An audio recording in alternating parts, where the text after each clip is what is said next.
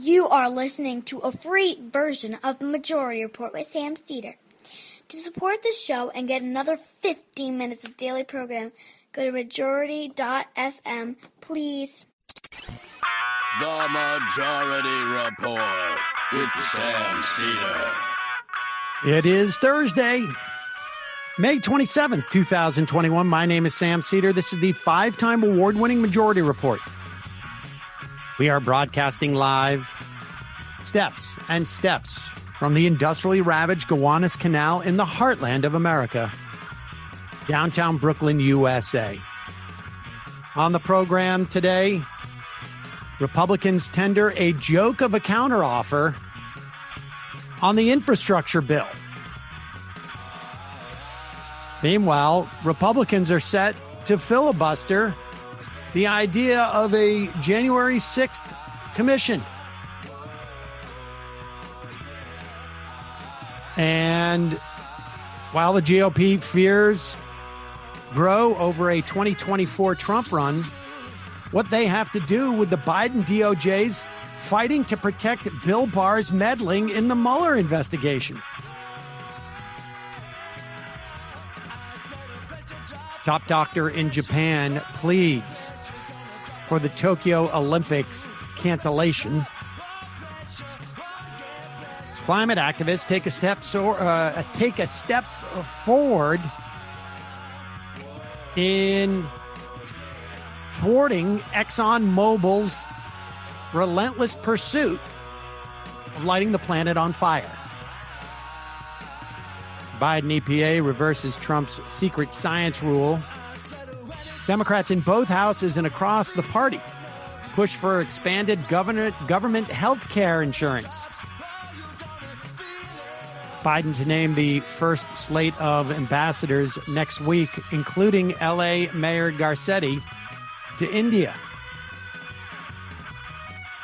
And the Transportation Security Administration announces that pipelines must inform the government when they suffer cyber attacks. You can file that in How Has This Not Already Been the Case folder that you may have around the house. All this and more on today's Majority Report. Welcome, ladies and gentlemen. Thanks for joining us. It is Thursday, as you know. And you know what that means? That means that yesterday was Wednesday and tomorrow is Friday. Emma Vigeland, how are you? I'm well. We had a Knicks victory last night. First Knicks playoff win in 8 years. And it was really, I know I'm a dork, but I was like getting emotional watching these, fans outside of Madison Square Garden. Just the jubilance. And I know, oh, Knicks, they suck. They're so mismanaged. It's a trope, and it's true. But the city loves the Knicks, and it's got me a little choked up. Wow, that's very sweet. I did not. I wasn't even aware of that trope. Really, I just knew they weren't terribly good. But yes, their first playoff. That's good.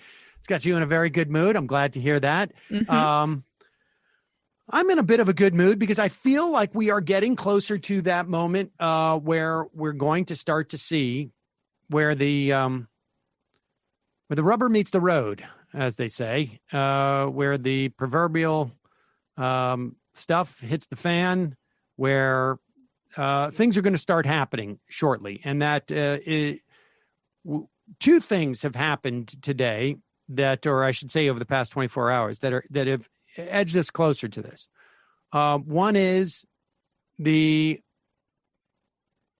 apparent awareness or resolution by the Republicans in the Senate that they are going to filibuster the creation of a January 6th commission. We'll talk about the details of this a little bit later.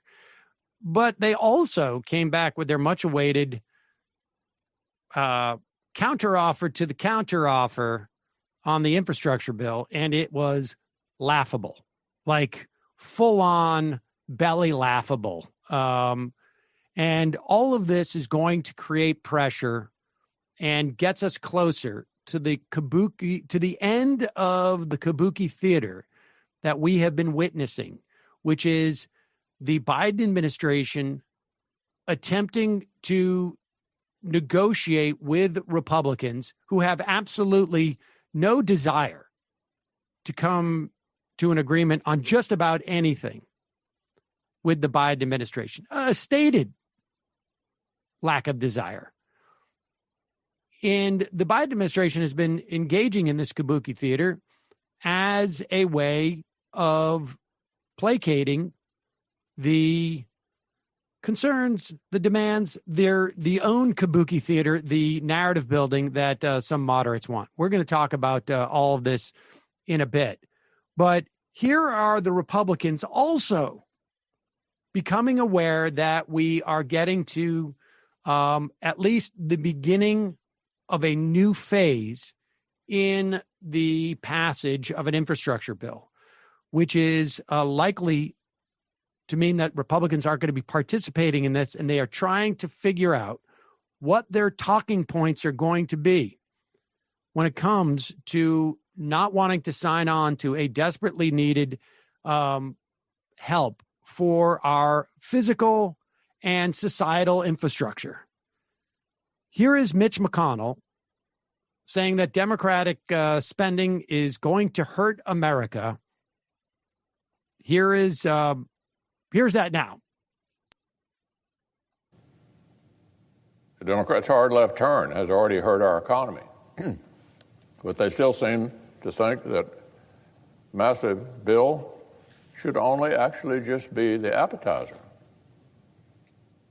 Just the appetizer.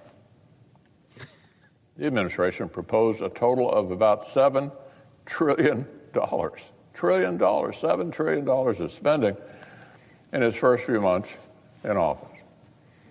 That absurdly overpriced COVID package would actually be the cheapest of the three massive bills Democrats actually want to pass. For some perspective, about $7 trillion is considerably more money in inflation-adjusted terms than America spent fighting and winning World War II. The Biden administration wants to tax, borrow, and print more money than America spent on World War II to finance a grab bag of miscellaneous liberal programs that would further jack up prices on the things families actually need to buy. It took less money to win a global war than these Democrats want to spend on a hodgepodge of stuff like electric cars and welfare programs. $7 trillion. $7 trillion of mediocre socialism and liberal social engineering.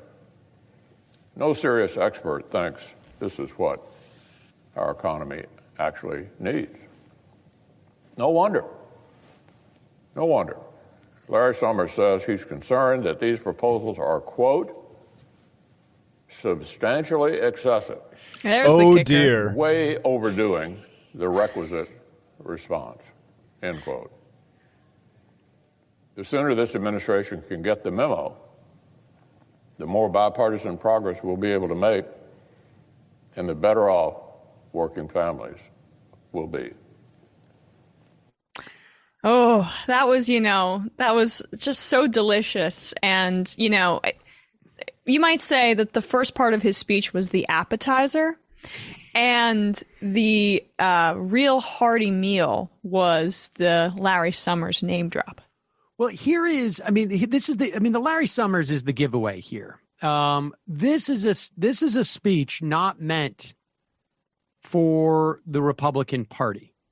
This is a speech that is meant for the Beltway media, because the Republican Party has completely lost its ability to leverage that old talking point about deficits. You notice he didn't even say the word deficit, right? I mean, it used to be deficit hawkery was the way that they would attack a bill like this, but it is no longer operative. The deficit hawkery on the right is completely gone. It was totally jettisoned. It was always fictional in many respects.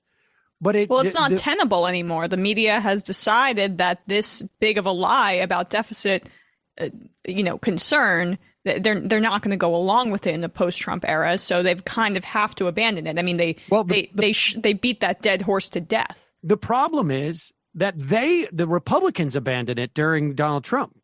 And therefore, it became untenable for the press to maintain that fiction. There was no Paul Ryan there to pretend like the deficit was important. Pete Peterson has since passed away.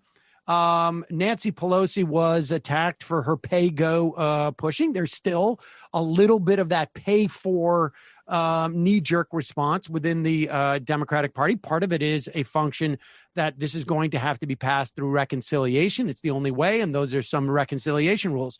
But as a political matter, Mitch McConnell knows there's no appetite for this in the Republican Party. He needs to basically try and scare senators, I guess, and people in the administration as to the existence of some type of band of experts.